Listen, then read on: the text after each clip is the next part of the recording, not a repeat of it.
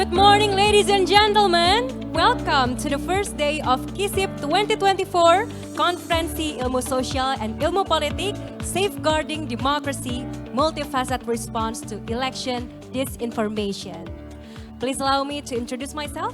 My name is Johanna Parida. I am Development Studies graduate from London School of Economics and Political Science, and it is my privilege to be your Master of Ceremony of the day. Before we begin the event and before we hear the series of opening remarks, I would like to first warmly greet some of our distinguished guests that are already present in the room today.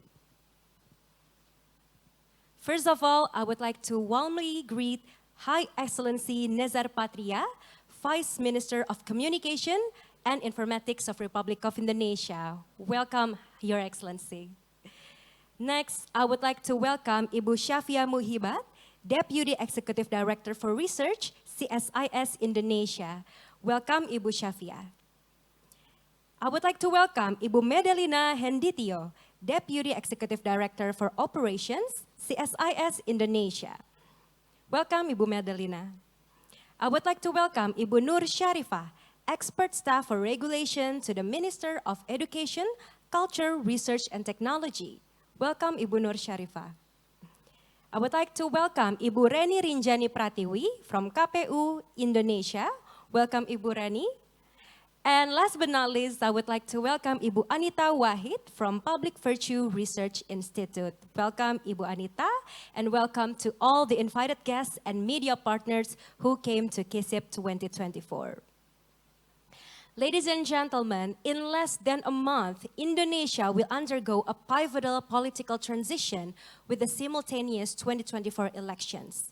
This event will underscore our nation's commitment to upholding democracy. However, as the use of social media and the internet grows, there is a challenges and concern in election-related misinformation, especially since over 65% of the voters are predominantly Generation Z and millennials. These generations rely heavily on social media as their primary resource information. Addressing these challenges of misinformation is paramount, encompassing aspects from technology to politics and law. This is why the Department of Politics and Social Change of CSIS, or Center for Strategic and International Studies, in partnership with Google Indonesia, has initiated Safer Internet Lab, or SAIL. We aim to combat information disorder closer to the source proactively. SAIL primarily engage in research and mapping efforts to pinpoint misinformation origins and spread. Ladies and gentlemen, KISIP 2024 is themed Safeguarding Democracy, Multifaceted Response to Election Disinformation. This event aims to foster a collaborative space where academics and social political observers can converge to deliberate and strategize against challenges of election-related disinformation. Through collective multi-stakeholder engagement, SAIL seeks to understand and address the complexities, needs, and challenges intrinsic to election disinformation. Now, to begin today's event, we will hear the opening remarks from Ibu Shafiah Muhibat, the Deputy Director for Research, CSIS Indonesia. Without further ado, Ibu Shafiah, the stage is yours.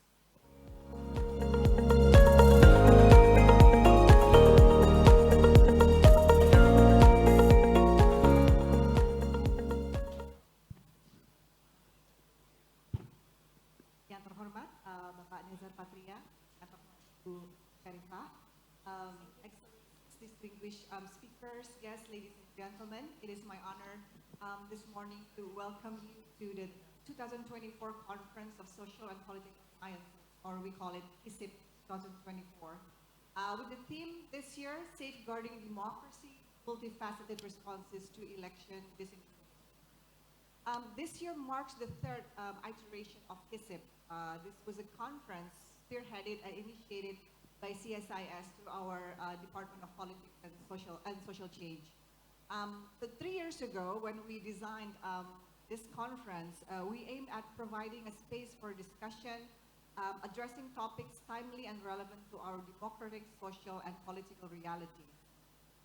This year is a bit special, different to the previous 2 years.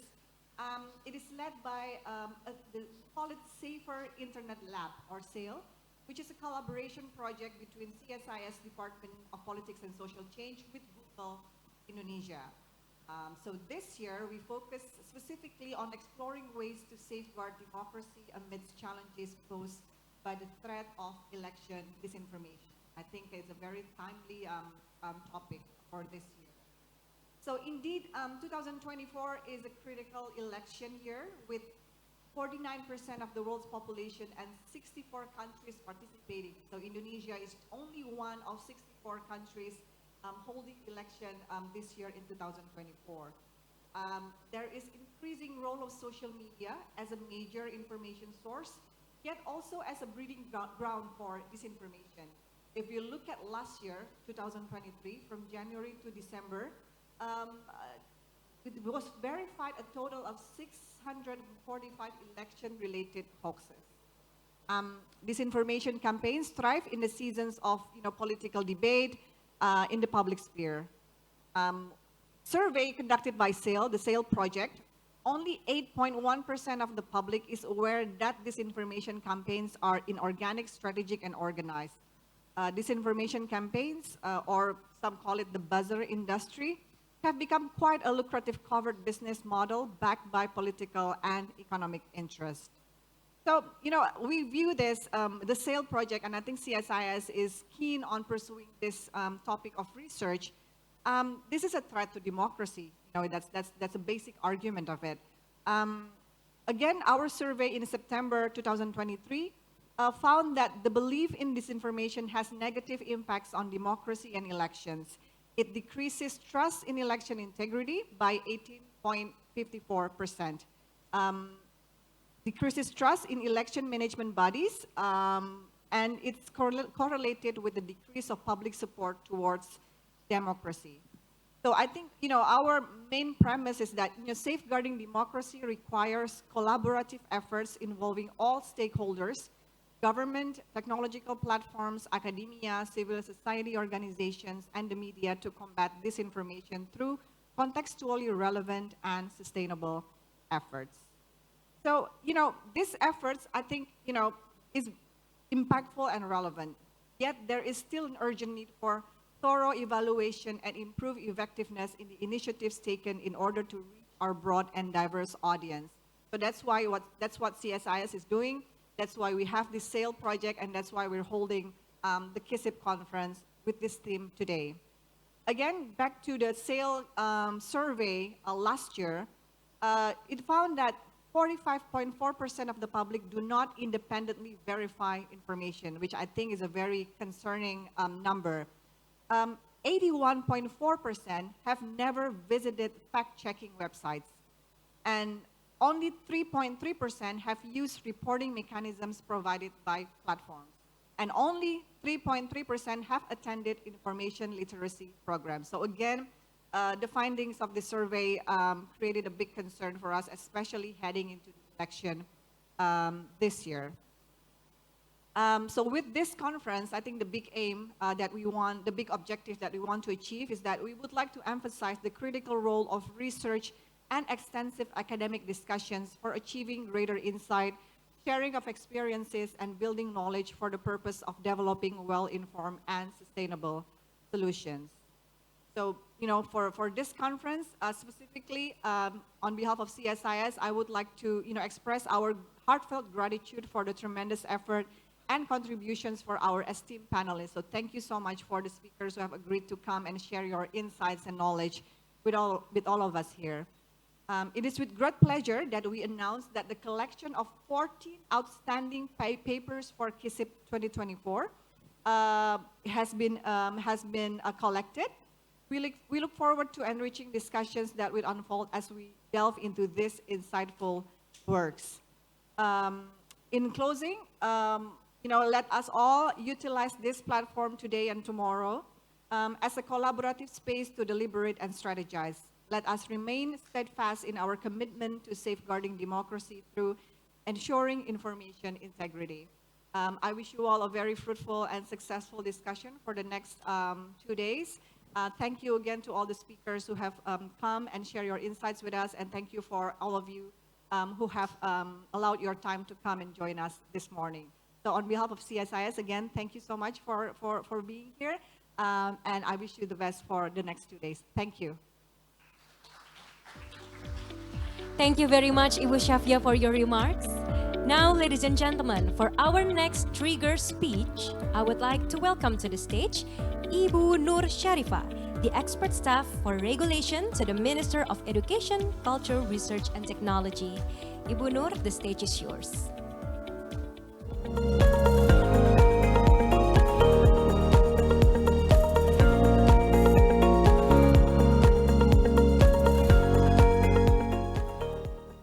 Yang terhormat Bapak Wakil Menteri Komunikasi dan Informasi, Ibu Shafiah, dan seluruh penyelenggara, our beloved speaker, and also all the invited guests here.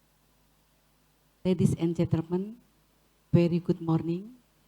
I'm deeply honored to have been invited by the esteemed Center for Strategic and International Studies to address this distinguished gathering.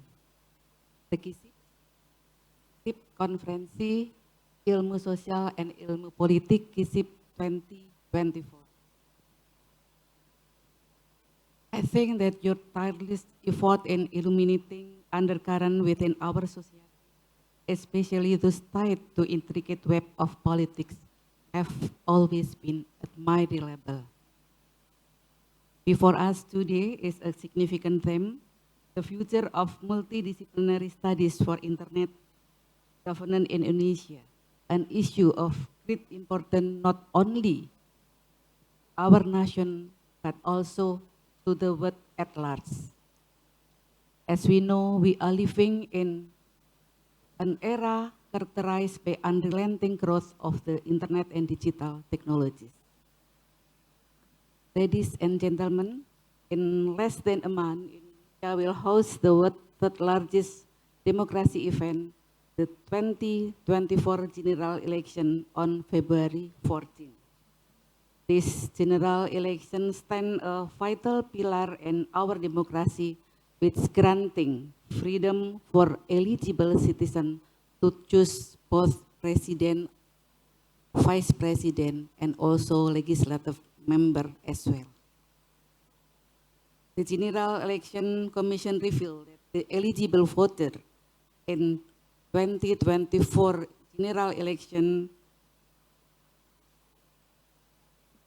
are exceeded 204 million, including 1.75 million eligible voter overseas. And among them, the majority belong to Z and millennial generation, totaling over 113 million voters, or approximately 56% of the overall electorate. The Z and millennial generation tend to access electoral information primarily from the internet and digital media, such as social media. While social media effectively conveys political information and stimulate public participation, but unfortunately is often misused as a tool for spreading disinformation and fake news or hoax. We had a very good lesson learned in the event of 2019 general election. As stated, the Ministry of Communication and Information, the production of fake news increased as the voting day approached. Most of the fake news contain issues based on ethnicity, religion, and race. Unfortunately, these issues still persist today. So, as we approach in 2024 election, the adverse effect of the fake news and information pose a significant challenge that must be addressed. One such challenge we increasingly grapple with is the corrosive spread of election information. Election disinformation is a major threat to our democracy. It can bias voter choices, affect election outcome, including the result of election, and undermine trust in election and broader political and governmental institutions as well. The spread of misinformation and disinformation is facilitated by all social media channels provided on this current digital era where information is instantly available and constantly changing. We recognize that our response must be equally comprehensive and multifaceted. We can no longer rely solely on traditional means to counter these pervasive issues. Ladies and gentlemen, as a representative of Ministry of Education, Culture, Research and Technology, I comprehend the vital role plays in addressing this phenomenon. Firstly, we must commit to combating disinformation and fake news by strengthening media literacy. Education plays a strategic and crucial role in addressing this issue. Improving media literacy can be achieved by integrating media literacy content into curriculum of the various educational institutions. We must ensure that our curriculum should include topics such as critical thinking, recognizing misinformation, evaluating sources, and responsible online behavior. This curriculum should integrate a multidisciplinary approach encompassing political science, communication studies, technology education, and digital media literacy. We must equip our youth, our students, future leaders, voters, and digital citizens with the knowledge to recognize, critique, and understand the various dimensions of disinformation, such as ethical or economic. We need to foster an understanding of how to enhance digital literacy, provide practical knowledge about disinformation, and how to counteract this phenomenon. This ensures that they not only access or consume various information on internet or social media, but also they are able to fact-check information and think critically. And furthermore, we hope that they can be encouraged to become an agent in enhancing digital literacy in society. Secondly, we should also foster collaboration across sector and discipline. Technology provider, policymakers, educational institution, media organization, and civil society must work together. These stakeholders need to consistently run campaigns to raise public awareness of the danger of political disinformation and to establish a safe digital ecosystem. This involves understanding how news is produced, spying bias and misinformation, and being able to distinguish between fact and opinion. The effective and safe digital ecosystem will strengthen sound election and encourage a voter turnover as well. Moreover, it will increase trust in election result. Thirdly, we should encourage comprehensive research in our tertiary institution, aim to investigating the origin, spread, and impact of information disorder. This academic pursuit can lead to the development of new deterrent strategies and tools to combat disinformation. The future of multidisciplinary studies for international governance in Indonesia also hold promise in this regard. By bringing together diverse background and discipline, we can provide new approaches and perspectives that will complement each other's specific knowledge. Distinguished ladies and gentlemen, by doing so, citizens will be better prepared to count this information and make rational decisions during 2024 general election. We will remain unaffected by provocation based on ethnicity, religion, race, and even actively combat false narrative on internet. And finally, in conclusion, let me emphasize that internet is a powerful tool with transformative potential for our society, including for our general election. But like any tool, its value is determined by its use. One such challenge we should grapple with is the corrosive spread of election disinformation. The fight against election disinformation is a multifaceted challenge that requires a multifaceted response. Education, critical thinking, and media literacy are key components of this response. We also should continuously monitor and evaluate the effectiveness of the media literacy program through feedback from educators, students, and related stakeholders. Therefore, harness the power of education and multidisciplinary research to shape the future of internet governance Indonesia, one that sustains democratic process, champions true injustice, and builds a society that is digitally literate and critical. As we move forward, let us remember that the strength of our democracy depends on the strength of our education. Kurikulum Merdeka, launching by the Ministry of Education, Culture, Research, and Technology, is an answer for promoting collaborative stakeholder and also combating the election disinformation. Since Kurikulum Merdeka is open to all institutional government or educational institution to elaborate curriculum and studies. Finally,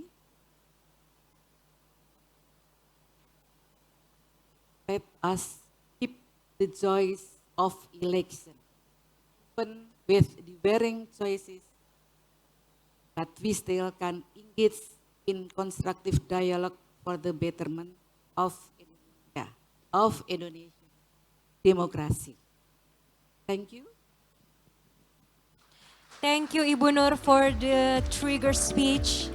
Next, ladies and gentlemen, we will hear the keynote speech from High Excellency Nezar Patria, the Vice Minister of Communication and Informatics, Republic of Indonesia. Bapak Nezar, the floor is yours.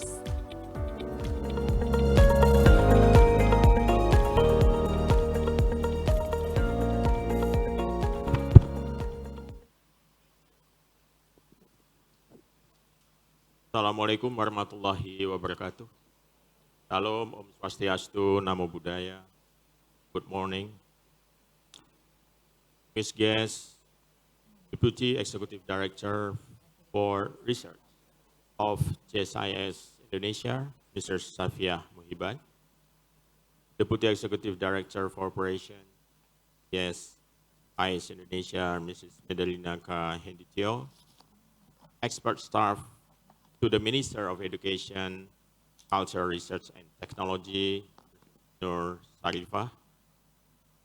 Head of Public Relations Division, General Election Commission, is Reni Rinjani Pratiwi.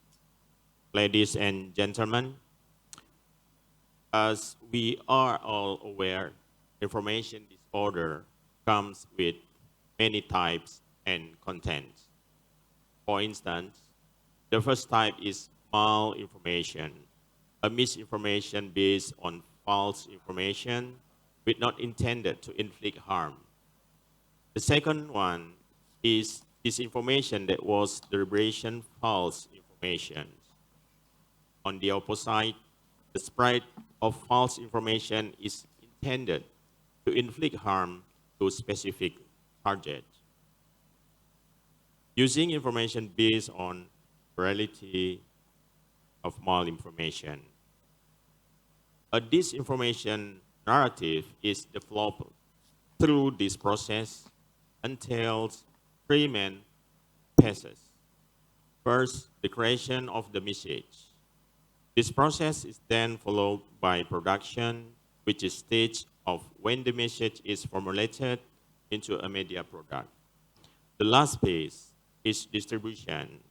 In this stage, the product is then distributed and spread into the wider public. The stage-by-stage process is enabled by three core elements. First, the agents. They are involved in all three phases of the information chain. However, the agents who are involved in each phase might vary, and each of them has their own motivation.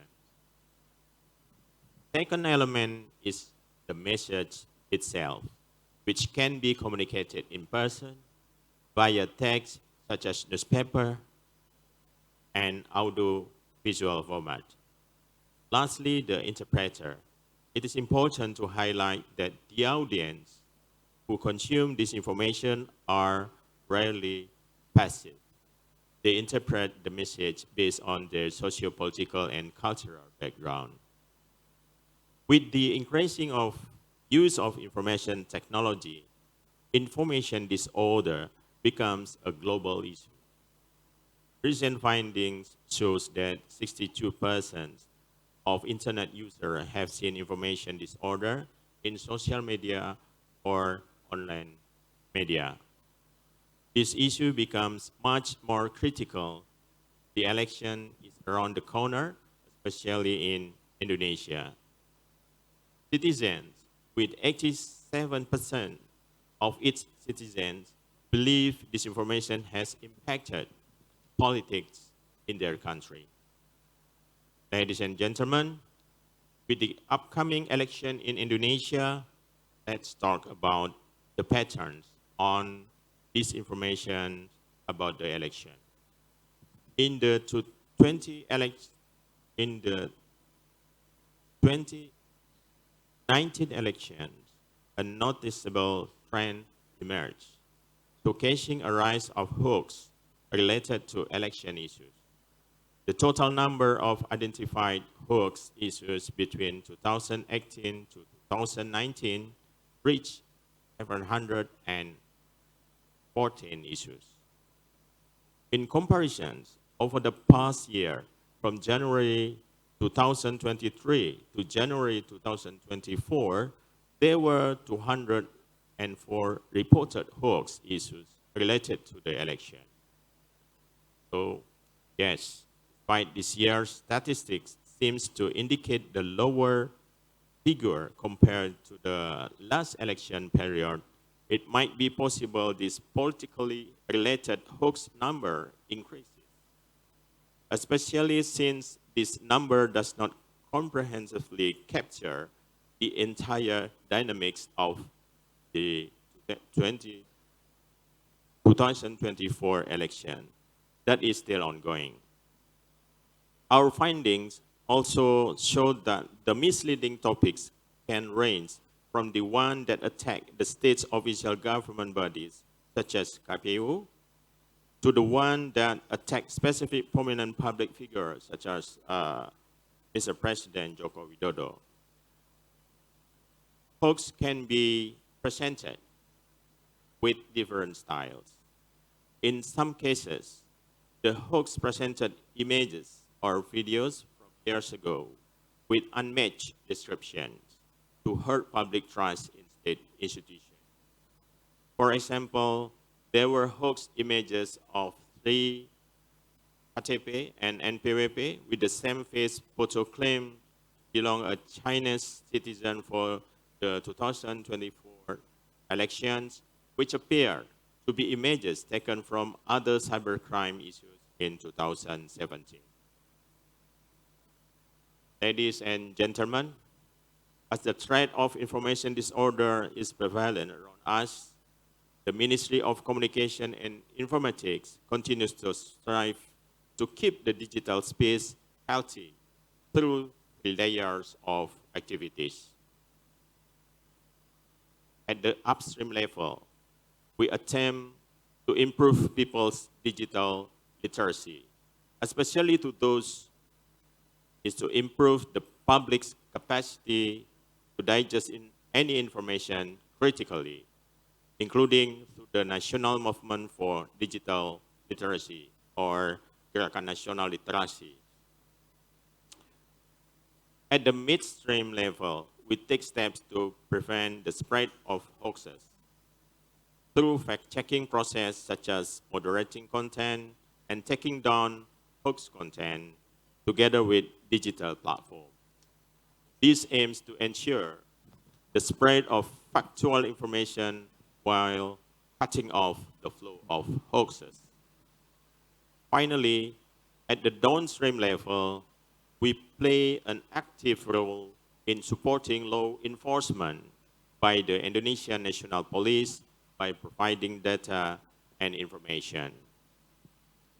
Ladies and gentlemen, I wish to appreciate CSIS collaboration with Safer Internet Lab or SAIL for its effort to combat information disorder through collaborative research and multi-stakeholder engagement.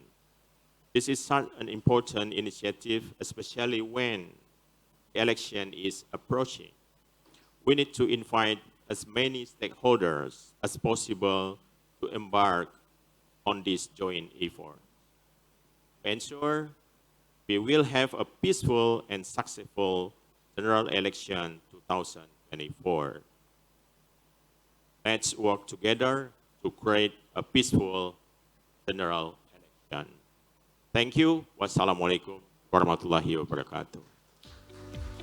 Thank you, Bapak Nezar, for the speech. I would like to request for Pak Nezar to remain on the stage because we're about to take a photo group.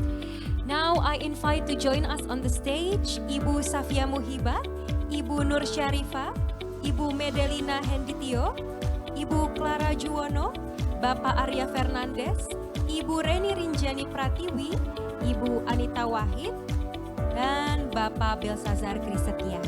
Please come to the stage as we're about to take a photo group.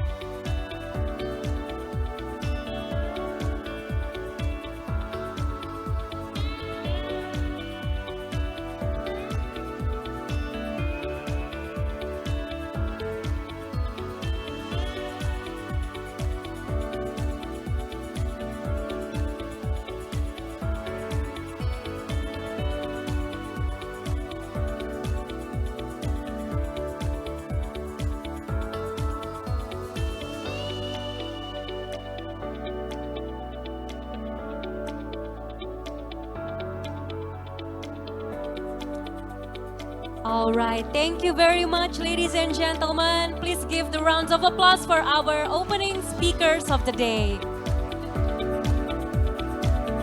Thank you very much, ladies and gentlemen. Please return to your seat and we will continue to the next agenda. Okay, all distinguished guests, without further ado, who's excited to begin the first plenary session of the day? May I hear the excitement from the crowd? Who's excited? Okay, now we will begin the first plenary session of the day. And the title is Multifaceted Response to Election Disinformation, just like the theme of our event. And guiding this session today will be our moderator, Prodita Sabarini.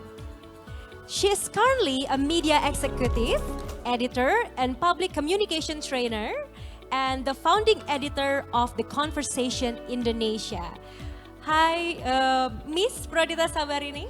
Yes, nice to meet you. Nice to meet you too. And I'm gonna read your profile for a bit, just for the audience to get to know our moderator a little bit better.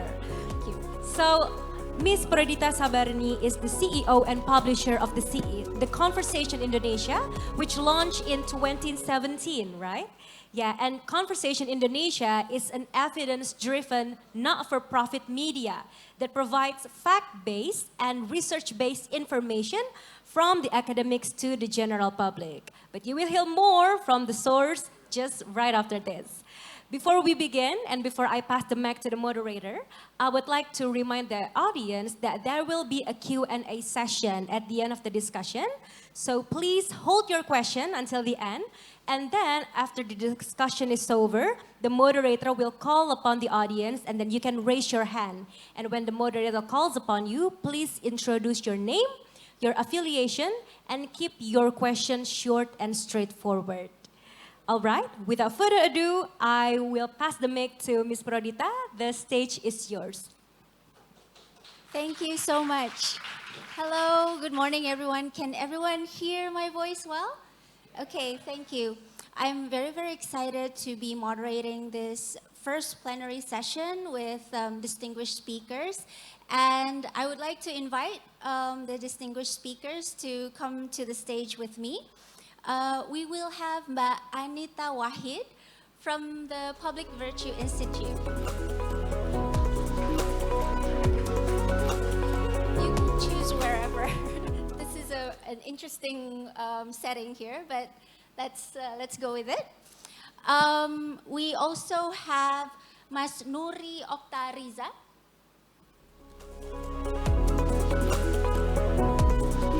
From CSIS.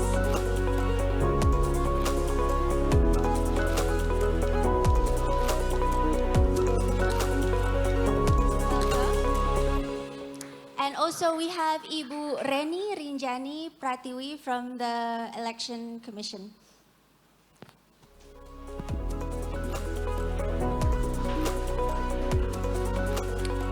Welcome everyone. So,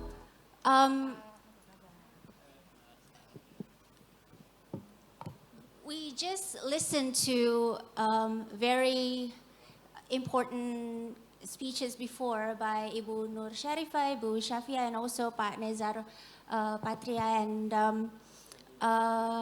there was one interesting trend that Pak Nezar mentioned to us in his presentation, that the pattern is around 62% of people have encountered information disinformation or information disorder via through the internet online. So I would like to test this out today here with the audience, whether you have encountered any misinformation or disinformation using your social media or your WhatsApp groups or any information that comes through your way through the internet. Have you guys encountered that in the past 6 months? Anyone who has can raise your hands. Okay, there's not a lot. Okay, thank you. So today we're going to talk about the threat of disinformation and also the multifaceted response to election disinformation. And as you know, election is one of our rare opportunities for citizens to be able to carry out our rights to elect our leaders and to make sure that we have a voice and we have a say to decide the future of our nation. And the fact that we have to do this as a community with like going into this sea of information disorder is kind of like disheartening, and especially now with all the information technology advancement. So, but there was also an interesting data from Pak Nezar as well, that the trend or the reports of disinformation this year, at least in 2024, has been, is lower than in 2019. The data, he said that it was 714 in 2019, and the reports now is around 204. So logically, we would think that that's a good sign, and we may be able to kind of like sigh a relief, and that perhaps we can, you know, not be as vigilant with disinformation. I want to check that with Anita. What do you think? Do you think that we can relax a little bit? Well, I think let's not be too hasty with relaxing in terms of disinformation, because when it comes to data about how many hoaxes or disinformations that we encounter in the internet, it's really hard to actually tell the number, the precise number. What we can say is that, like, for instance, if Mafindo says that there is this 1,000 disinformation related to the election in 2024, for instance, that doesn't mean that it's actually that there's actually 1,000 disinformation related to elections. That's only saying that there is 1,000 disinformation related to election that we found. And then we need to really understand that when it comes to internet, there are so many spaces where it's really private. We don't have any access to that, and we don't know what kind of disinformation were actually distributed there. And we don't know whether or not it will go to the public spaces or not. So my recommendation will be not to be to be slow and relaxed in terms of disinformation. I think when it comes to elections and other really urgent situations like pandemic and that kind of situations, I think we really have to be vigilant when it comes to information. Okay, so what you said shows that perhaps it's not just about we cannot look at reports as what it is in the information environment. That I'm just going to add a little Yes. bit more. Pak Nezar stated that there were 800 something disinformation Yes. in 2019 related to election, while our data in Mafindo, it was way higher than that. Right. Okay. Even when he said that right now for the next election there was 188 disinformation related to elections, our number was way higher than that. So that means that it's related to our capacity to actually found the disinformation and to fact check them. Before we started this discussion in the morning, we had a little chat, and Anita mentions that she is doing a PhD research at the moment about mitigation efforts in disinformation. And you also mentioned that it's not the current disinformation efforts or misinformation and disinformation efforts does not look necessarily like a lie. It doesn't necessarily look like a hoax. Can you elaborate a little bit about that and share with the public? Well, when it comes to election-related disinformation, there has been some change. There has been lots of changes between the disinformation types and kinds of disinformations that were being distributed in 2014, 2019, and now in 2024. In 2024, I think the disinformation is, let me rephrase that. Pak Nezar explained that there are three different information disorder, which is in misinformation, disinformation, and malinformation. Malinformation means that there may not be any false content within the narrative itself, but it is harmful nevertheless because it's taken out of the context, or it's was supposed to be in private setting that was being blown up to public, and etc. Some of the information that was being or narratives that was being used as weapons in this election was malinformation, so not necessarily disinformation. That's one thing. The second one, there is this tendency, that disinformation is not necessarily being used as the main weapon as it was in 2014 and 2019, but more on the way they construct the narratives that actually incite suspicions in people, but not necessarily putting any false information within the narratives itself. Some will put it in a more like question Example, question sentence like, hey, I heard something like this about this particular candidate. Did you know anything about it? So it's kind of like putting suspicion in people's minds. The third one is that there are actually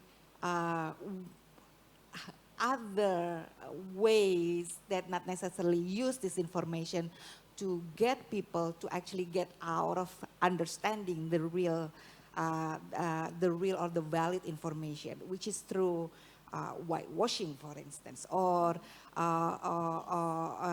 distracting attention by giving a flow of information that is not related to the real information. Those kind of stuffs are now that is quite prevalent in social media. Okay. Thank you, Mbak Anita. And I think that's a perfect segue to Mas Noory. The questions that I would like to ask you were about, the types of actors that produce disinformation. And I understand that you have a presentation that you prepared that you would like to share. Please. Sure, yes. I have a long answer to your questions, but so let me just give you my slide. First of all, my presentation is going to be a bit different than the one you see in the booklet. So please pay attention to my talk and my slide, not the booklet. So I'm going to be focusing on the state of the seemingly reduced polarization in Indonesia these days, and what are the consequences of this reduced polarization to the state of disinformation among voters in Indonesia. So, as we all know that we in Indonesia, we experience unprecedented political polarization in the past two elections, 2014 and 2019. The peak of this obviously was 2016, 2017 in Jakarta's elections. But the kind of polarization that took place in Indonesia, I would say it's a more effective polarization instead of ideological polarization, which is more, structural based, ideologically driven. But in Indonesia, it's a more effective in a sense that it's a more man-made kind of polarization. So it really depends on a set of intervening factors that allow such polarization to ensue. Instead of having, deep cleavages, structural difference among voters, that's not the kind of polarization that we have. Recent research indicates that the state of polarization appears to be decreasing in Indonesia, despite having a strong polarization in the past. And this is partly because what scholars have termed as counter-polarization efforts that took place in Indonesia in the past 4 to 5 years. So things like Prabowo's inclusion to Jokowi's cabinet, and then as you know, some policies, some measures taken by the government against major opposition groups in Indonesia, and then as you know, some political parties who used to nominate Prabowo now becoming part of Jokowi's coalition. All of this contributed to this counter-polarization efforts and reduce the state of polarization that we have today. However, I would say despite currently polarization being dissipated, what is perhaps less understood, in my view, is the sort of long-term effect of this polarization, the lasting consequences of this polarization, which actually can be observed in the ability of the people in understanding false informations or disinformations, and also what Mbak Anita said, the knowledge on the election-related disinformations, and also the non-election related disinformation, which is going to be the focus of my presentations. Now, when we talk about disinformations, obviously the term of political buzzers will come to the fore. Buzzers play important role in spreading out false information in Indonesia and elsewhere. And I got a chance actually to talk with some political buzzers a couple of months ago, and I got a sense that they still have some roles in the 2024 elections, but their projects, their tasks given by the elites, it's much less compared to the previous elections. and this makes their impact, it's actually much less polarizing compared to the previous elections. And this is also because cross-cutting partisanship is happening right now in Indonesia. For instance, you know, the hardcore supporters of Jokowi and Prabowo, they're kind of confused because the great rivalry is no longer the case, right? They are now coming in the same political coalition, and that leads to the cross-cutting partisanship and reducing the degree of divisiveness among voters. Another thing, if you look at many research on digital propaganda, on disinformation, you're going to see that many of these research, obviously this is very useful research, but they tend to treat their research on their own term, in a sense like they try to understand the impact of social media, the role of actors, buzzers, cyber troopers in influencing disinformation, disinformation attitudes. But I would say they don't really treat this attitude in the light of partisan attachment, partisanship. Because I think partisanship precedes the attitudes toward disinformation, because when you read online news, controversial articles in the internet, you actually have some kind of predisposition because of your political leaning, and that eventually leads you to have certain attitudes towards news and some controversial articles in the internet. And that's why the focus is less on the factors outside tech platform, outside actors, buzzers, cyber troopers, bots, and trolls. And this is what I'm going to be trying to explain. I hope I can show you, a better graph, but this is how I think of it. So partisanship, it's going to be in the center, upper of the frame. It is affected, and it is affecting both polarization and disinformation. And the same is true for polarization and disinformation. They are affecting and being affected by partisanship as well. So from the research, from the literature, we know that high polarization tends to make the society more susceptible to disinformation.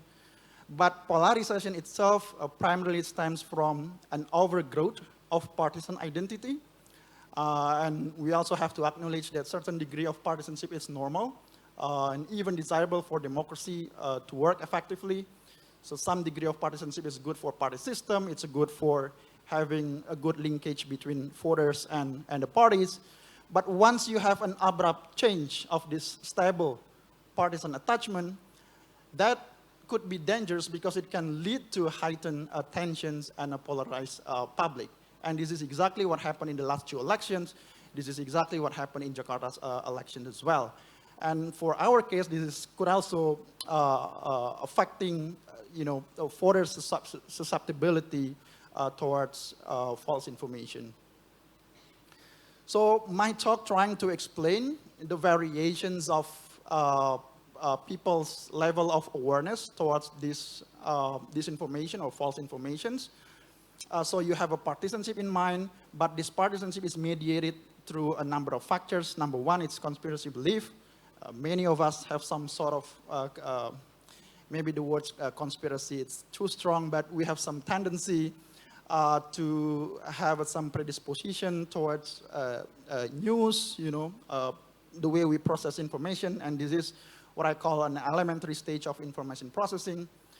And then the second one, you also, read news, you compare and contrast, you synthesizing ideas and concept, and then that's where the political awareness comes in. And this is part of the higher level of information processing. And then the last one, you also have some biases, you have some prejudices that may arise from your inner circles. So people outside your families, your friends, your coworkers, your best friends, your lovers, I don't know, all of this affecting the way you deal with misinformations. So I try to derive all of these theories into some hypotheses. So the first one, a high score in a conspiracy belief tends to make individuals more susceptible to disinformation. The second one, the greater similarities in political and religious views increases biases and makes one more susceptible to disinformation, and all of this we are expected to have a negative relationship, whereas having better political awareness will improve one's ability in distinguishing disinformations. And lastly, we also have some controls variables such as age, gender, regions, education, level of expenditure, and we are expected all of these control variables to have a neutral effects on disinformations. So the data comes from survey, nationwide survey from CSIS and Google last September on disinformation in Indonesia. We combined this with government archive, online news, and some observations. I'm just gonna quick in this part. Conspiracy belief, here's the way we construct these variables.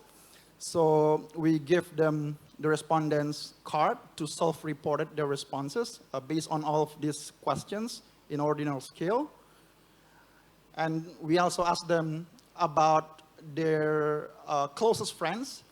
So they self-reported, the name of their friends. They put it in the card. And then we ask them how close they are personally with these 4 friends, and then how often they discuss about politics with these 4 friends, and also how different they are in terms of political and religious views as well. And this is the way we construct the political knowledge. In total, there were 7 questions, and we input all of these questions into one new variable. And this is the dependent variable, the election-related false information. So we construct all of these 7 responses based on the responses from the respondents, whether they put the right answer or the wrong answer for these questions. And this is the questions for non-election related. So we construct all of these, we combine variables into an index, election-related and non-election related. Each response is given equal weight. The score range from 0 to 7 for election related and 0 to 8 for non-election related.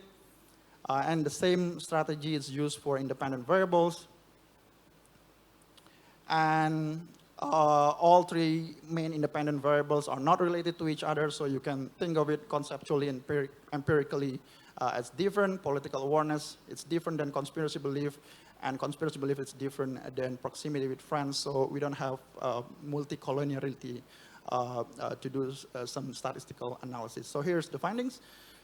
We begin with some descriptive one. So if you look at the results of the election-related disinformation awareness, it's actually pretty good. So higher number means better awareness. So if you look at the graphs, the 7, it means a perfect score from the respondents, 34.7, the highest one. If you take 4 as a cutoff point, for instance, more than 50% of Indonesians can distinguish, the right answer and the wrong answer related to the elections. The result for non-election is more dispersed, as you can see, compared to the previous one. This is the result if you break it down based on age. So for the respond number 1 and 4, you don't really see the meaningful difference among the respondents. But when you look at the 5 to 7, you see it's squeezed a little bit to the left of the graphs, meaning that those in the 30 up to 40 age group category tends to be more literate in understanding this misinformation. But for the so-called Gen Z, those age 17 up to maybe 29 or 30, you can see their ability in distinguishing this information, it's actually comparable to those in the age of 50 and above. So those in the age of 30 up to 40, it's the most literate of all, but the so-called Gen Z, it's actually pretty much comparable to those older generations in this graph. This is the result if you compare the response by Jokowi's approval. So those who say that they satisfied, they approve Jokowi's approval. Number 1 means worse, right? So among those who satisfied with Pak Jokowi, it's the most susceptible for this disinformation. It means it's very likely that the false informations come from the opposition's group, right?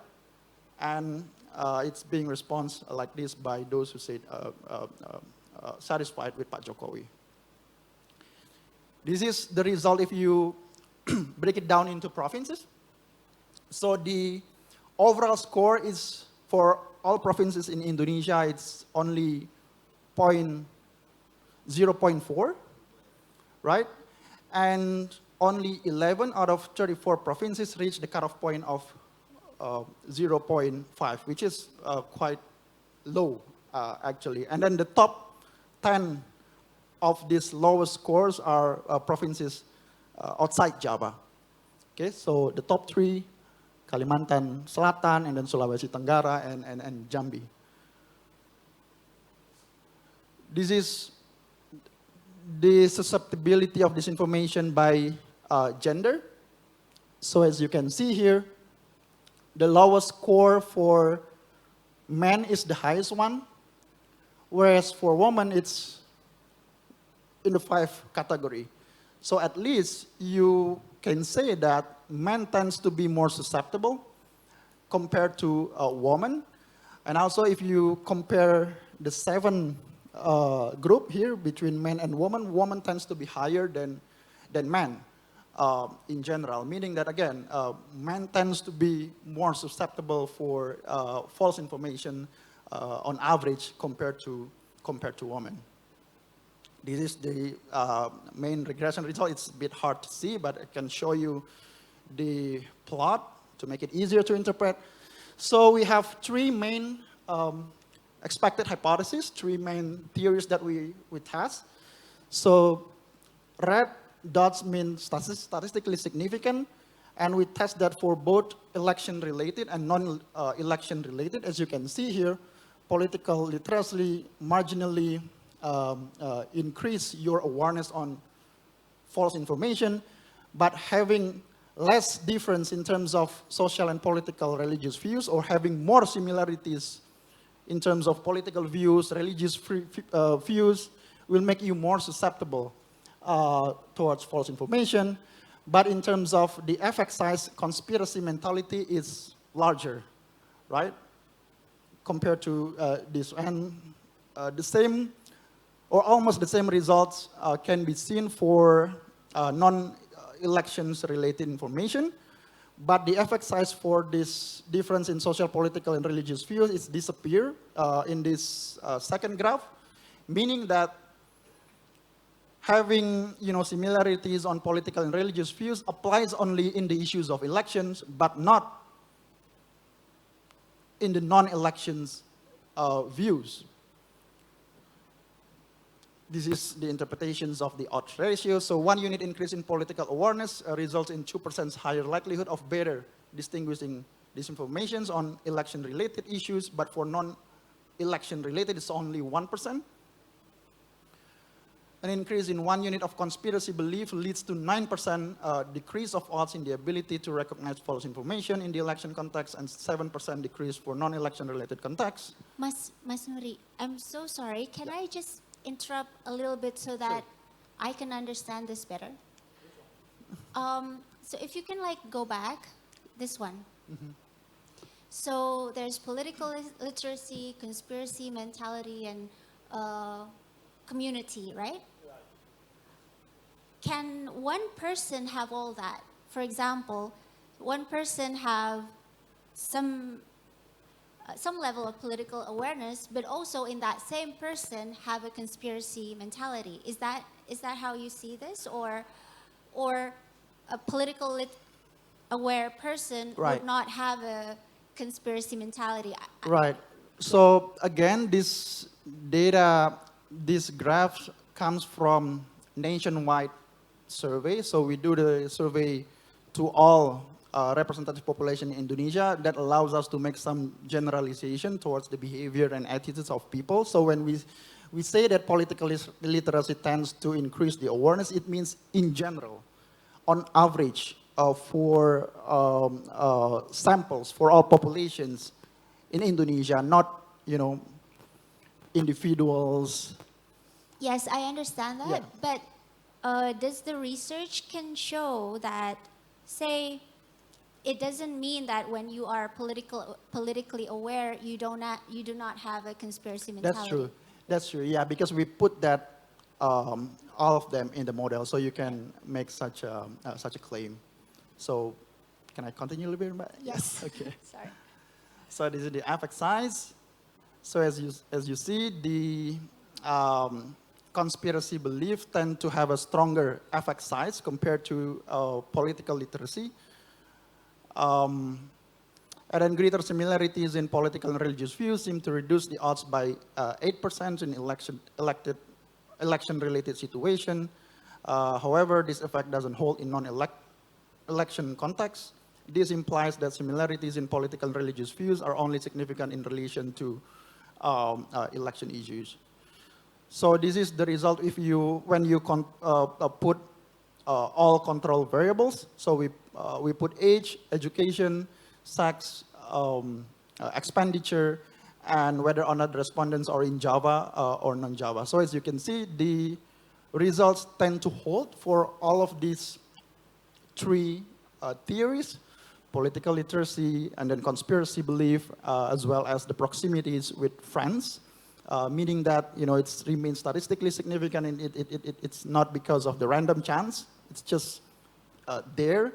And also those who live in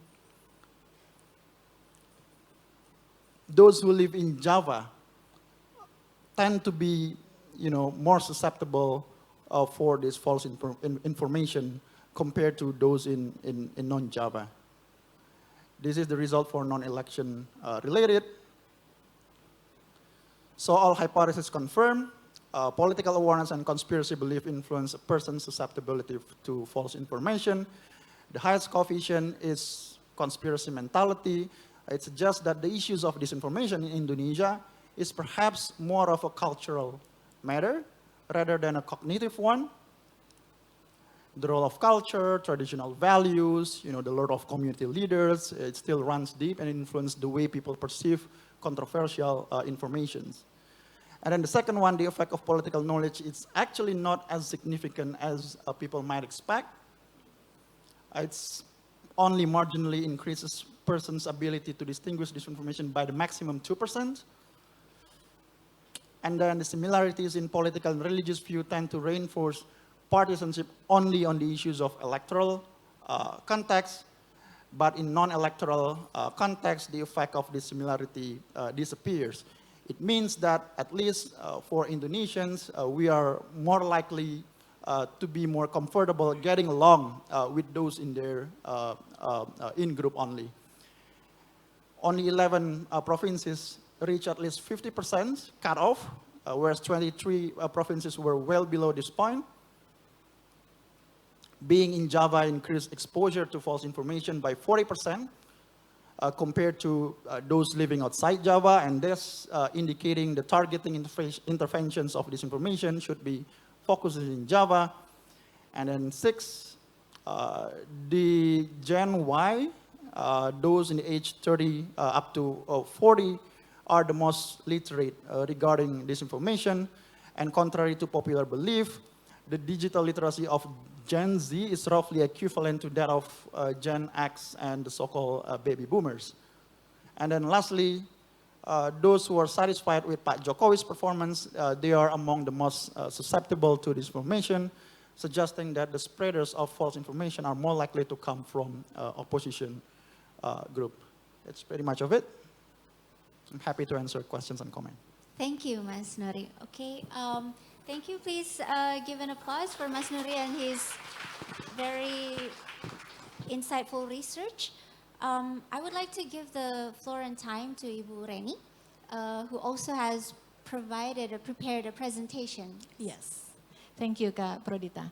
And can I use that?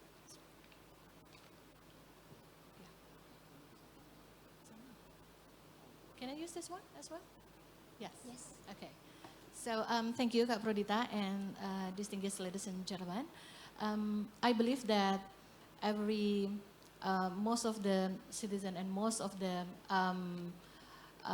stakeholders would like to know what would the KPU or the General Election Commission of the Republic Indonesia, we mentioned it KPU, what we do in facing the disinformation and also the misinformation as well. But I believe we're focusing on the disinformation because people are intent to do that in purpose of making a hard situation for the election. Let me invite you to see where we can start in facing this disinformation and how the KPU conduct the situation. Can we just start from the beginning? Some of the panelists had already mentioned about the polarization. Yes, we do believe we experienced the polarization, especially in the last election in 2019. And maybe it affect also at the election at the 2020 for the regional election, for the governor and the vice governor, and also for the regency and also the mayor. And we also facing some of the challenges. The most of all is political hoax. We have the numbers here because we like numbers. It can measure everything. Like from public virtue, Anita has already mentioned as well that many cases is happened during the election 2019. It started from the July 2018. And we can see that it started like 506 cases due to the Mavindo data on 2019. And because of that, it's not only attacking the political candidates, not only attacking the political parties that has become the participation, who is participating on the election, but it's also attacking the election management body as well. We, the KPU, also have several issues. The one that is very famous at, what year was that? In the issues that is mentioned, 7 ballot paper containers is being voted on. I believe you guys all remember it might happen on Tanjung Priok, I believe, yeah. Maybe some of you still noticing that. And we also have other issues. This is money politics. We are so sorry to say that, but it does happen in Indonesia, the money politics, in several elections, even the formers. It also happened, many politics, and it's noted how many criminal election decisions that is happening during the election, from the last election and also the previous one. Money politics still become the biggest issues among our society. And this one, another fact, it has number over there. You can see that on 2019 elections, we have invalid votes, and it's counted as 17.5 million votes. It's a big number. It's a big number compared to our citizens. The voters is mentioned as to 204 million something, as you can see in this picture here. And I believe the invalid votes will be on 17.5%. Is a very, very big number. So it encouraged the KPU as the election management bodies in Indonesia to encourage the society, and we have to bring together all the stakeholders in election to do the voters' education. How we can encourage the Indonesian citizen to acknowledge more about what they should do and how they treat their votes, including how they vote on the polling stations, so they really understand about what is valid votes and how to avoid the invalid votes. That is the part of the voters' education that is conducted and also proposed by the KPU and together with all the stakeholders of the election in Indonesia. I would like you to see this picture. As you can see, the number of the voters, it's 204 million something, and it's also divided into domestic residents, also the 1.2 0.7 million is the resident abroad. And you can see this also mentioned how many male voters and also the female voters. And this number we describe also in this diagram by generation, as you all must be very, very understand about how we divide our voters to millennials and also to the Gen X, to the Gen Z as well. So most of the voters for the election 2024 is majorly from the millennial and then also the Gen X and also the Gen Z. That's why one of the strategy for us as the election management body, as the KPU, we are focusing to educate the voters on that generation. So we believe that it gained almost 60% of the voters in Indonesia and also abroad. So that's why it affects so much in our strategy to promote the voters' education. I want you all, ladies and gentlemen, we would like to remind that KPU is working very close with all the stakeholders. It's including the formal and also non-formal political institutions. We believe every stakeholders have their own role, and it's a big role.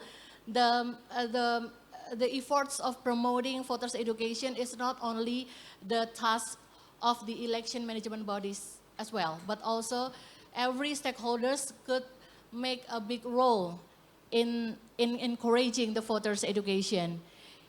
In this diagram, I would like to mention there's, of course, political parties, election participants, and also governments, commissions, and also the council of the People's Representative Council, also civil society organization, the lecturer, professional, and also election activists, including the NGOs. And in the middle of that will be the voters and surrounded by the KPU, and also the Bawaslu, and also the DKPP, those three of the election management bodies. That is how we're facing and we're starting to promote how we should encourage more the voters' education. That is why the KPU itself, we're promoting some efforts and several efforts, how we could manage this disinformation. First of all, in this 2024 election, we agreed to do pre-banking. We work very close with the several digital platforms based in Indonesia. We do lots of work together with the Google, with the YouTube, with the Meta, and also the TikTok, and also the X platform as well.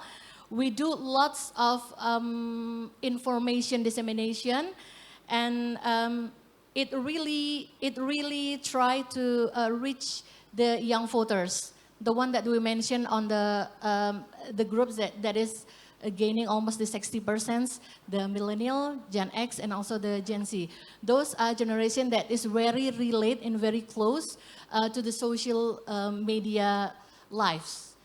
And the first of all, we work very close with the task force. Task force is containing KPU, the Bawaslu, and also the KPI, and also the press council or Dewan Pers. And we work very close to handle the disinformation. I believe some of you might already heard some maybe hoax. I believe hoax already everywhere during these stages, especially the KPU right now is conducting the campaign stages. I believe you all following the debate for the president and the vice president. And next, in the next 4 days, on Sunday, 21st of January, we will conduct the 4th debates. It will be the vice president parts. And later on, we will have also the 5th one on February, in the early of February.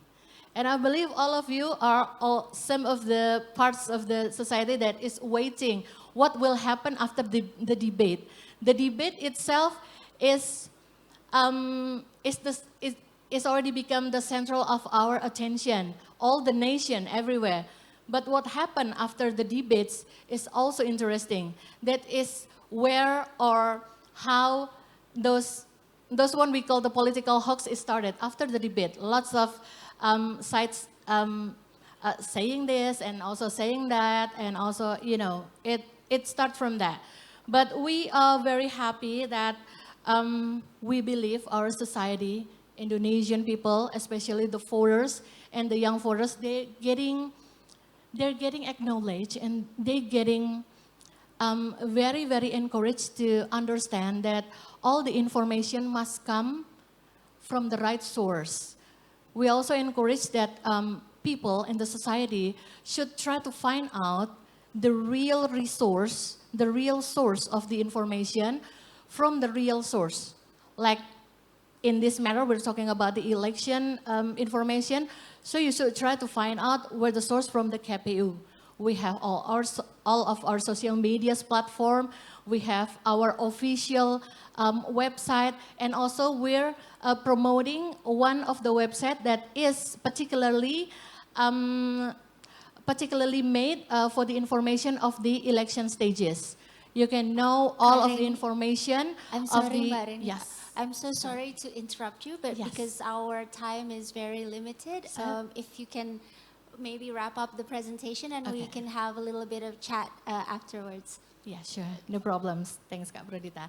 Yeah, and we believe we provide lots of information from the most right source, that is from all the platforms that is conducted by the KPU. Ladies and gentlemen, I would like to also inform that we promoting all of the information, and we do collaboration between the institution. We have, as I mentioned, lots of the activists and also the academics and also all the stakeholders in political are willing to do lots of work together to promote the voters' education.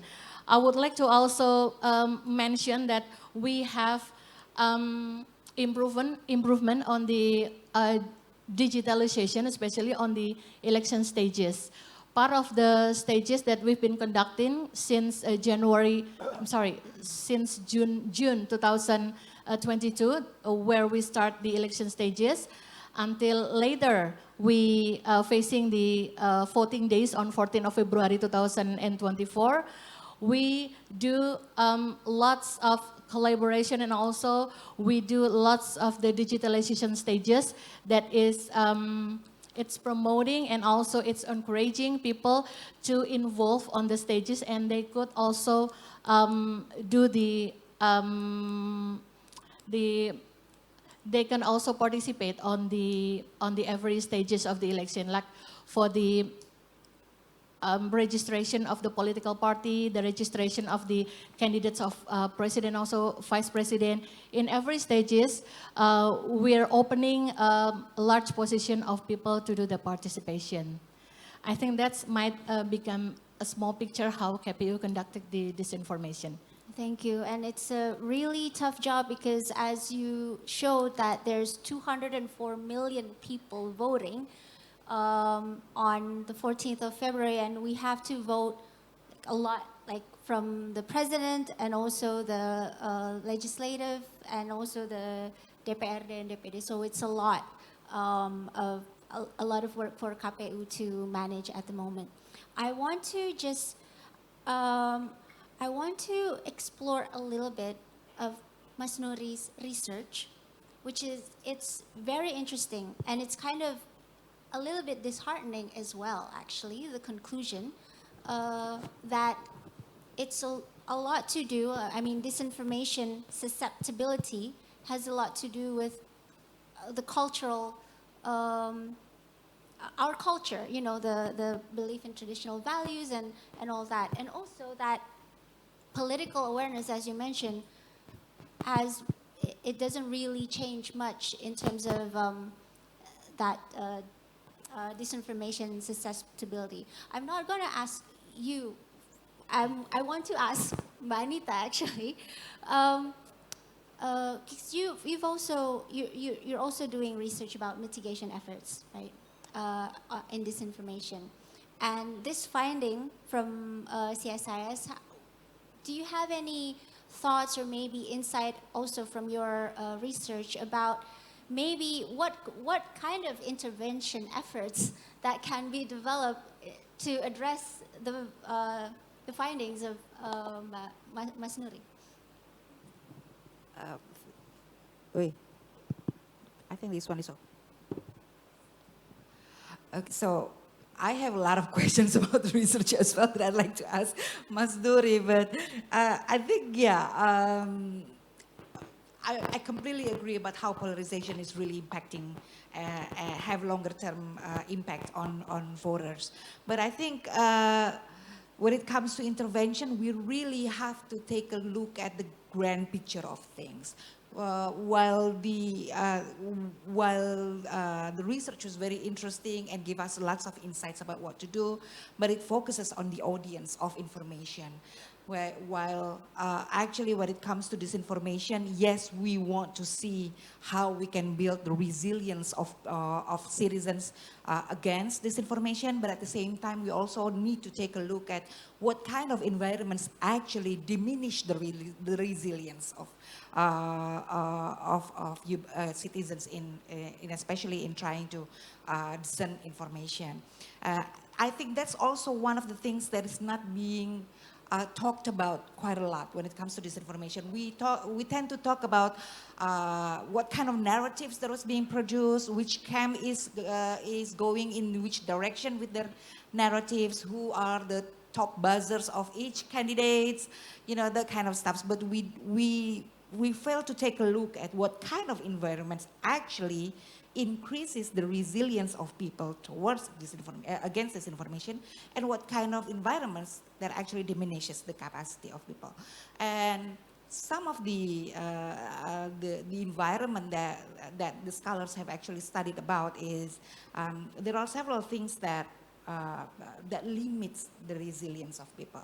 The first one is the political environments that would include the polarization of society, of course, as described by Mas Noory. We know that when it comes to polarization, when people is stuck within one of the two groups of polarization, the way they see information is very different than those who are not within the polarization groups. The way they see themselves and the way they see the other group is also very different with the way other people who are not within the polarization groups. And there is also populist communication that is happening. This is also very limiting in resilience of people. In countries where the politicians are using populism way of communicating, it actually increases the susceptibility and the vulnerability of people towards this information. Why? Because populists tend to have these narratives of trying to portray that, again, align with polarization, that we are versus them, and that we are the good guys, and we hold the truth, and we are truthful, while the other group is the bad guys, the Thanos one versus the Avengers one. So, and therefore, whatever comes out of their mouth are lies, and should not be should be considered as hoaxes or disinformation.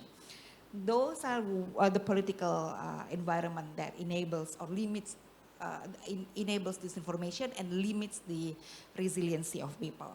And there is also the media environment. The media environment that will also limit the resiliency of people towards disinformation is actually how high is the trust towards media, towards the news.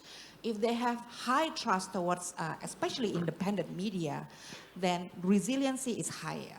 But if they have very low trust in news and in news media, then their resiliency is limited.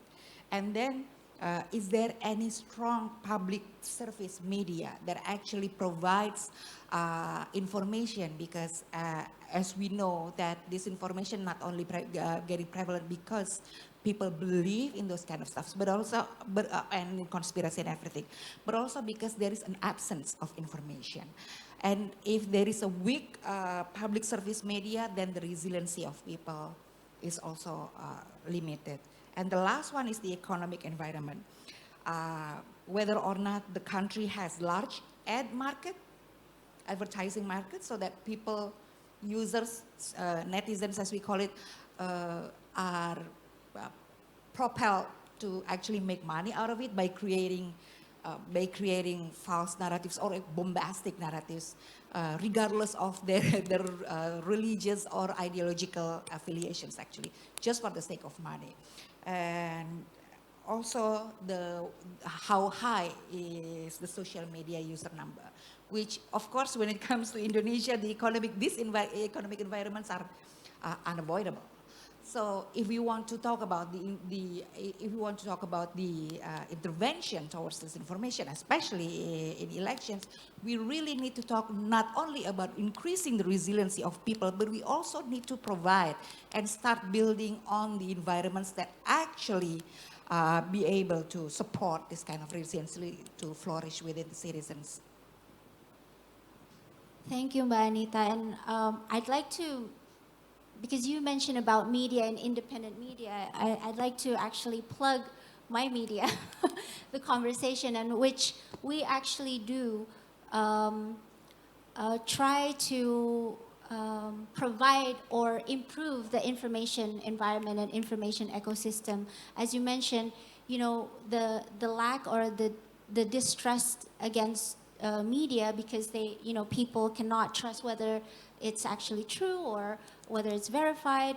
The conversation, we actually work together with academics to ensure the public has access to high quality information, but that is really digestible, that the public can actually understand the insights and knowledge and findings from academics.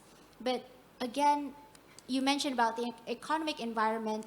Independent media like the conversation and other independent media like Tempo and other media across globally across the world actually have this challenge where we use the platforms, social media, you know, Twitter, Instagram, Google, and the algorithm, you know, the way that the tech platforms are prioritizing content that creates outrage and creates interest or attention grab, rather than just, you know, sober information for the public, is actually also a challenge for the independent media in Indonesia and also across the world. So we have 3 minutes. If anyone would like to ask a question, I guess just one question. And everyone here would be here today, so maybe if you guys can't ask the question, there's a coffee break that's going to happen. Okay, I'm going to, yes, Pak yang, yeah, that, yes.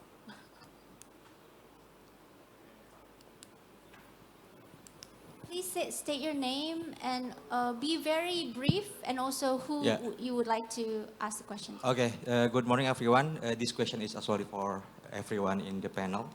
My name is Asep, I am from Binus University. So I heard like two interesting facts here. The first is that the less polarization in the current election. But if I dig deeper on Twitter, for example, it is not that less polarization at all, because although we have 3 candidates, there is still like the narrative of asal bukan Prabowo. So still between pro and anti-Prabowo, so there is still polarization. And the second thing is, Mbak Prodita said that how many of us having hoax in our digital platforms.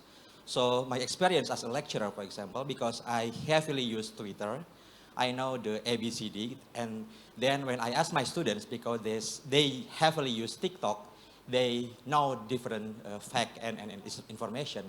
So my question for everyone here is how to tackle this persistent polarization and to create more inclusive digital ecosystem and election in general.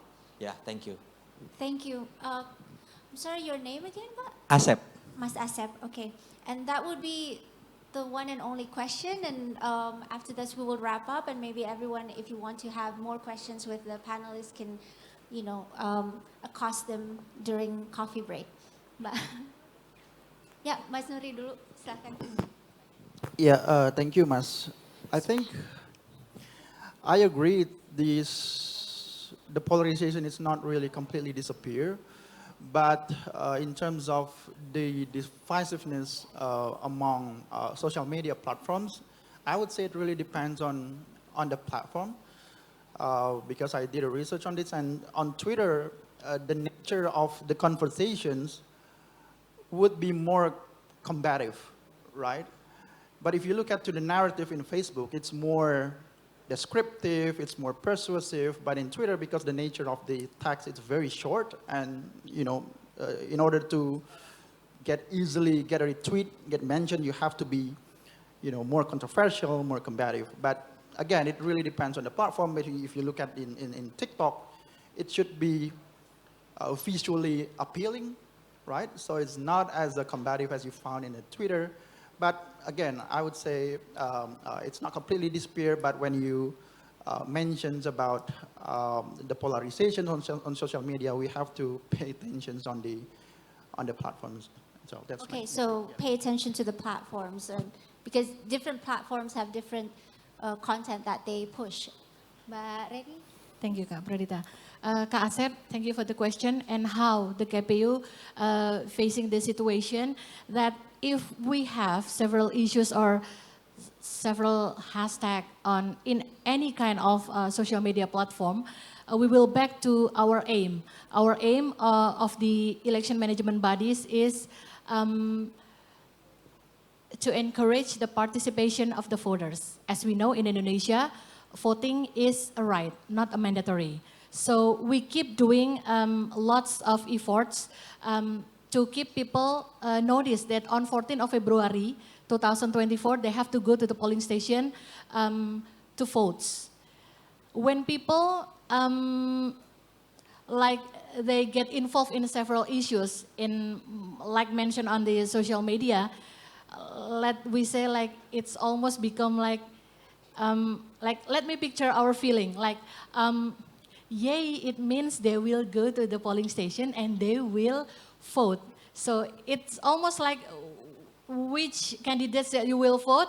The most important thing for the KPU is they go to the polling station to vote. That is our pledge. Thank you, Kak. Mas Asep, I think I agree with what Mas Noory said, that Twitter is a battlefield. It's actually where the narration is combated one another. And then this is based on my personal observation.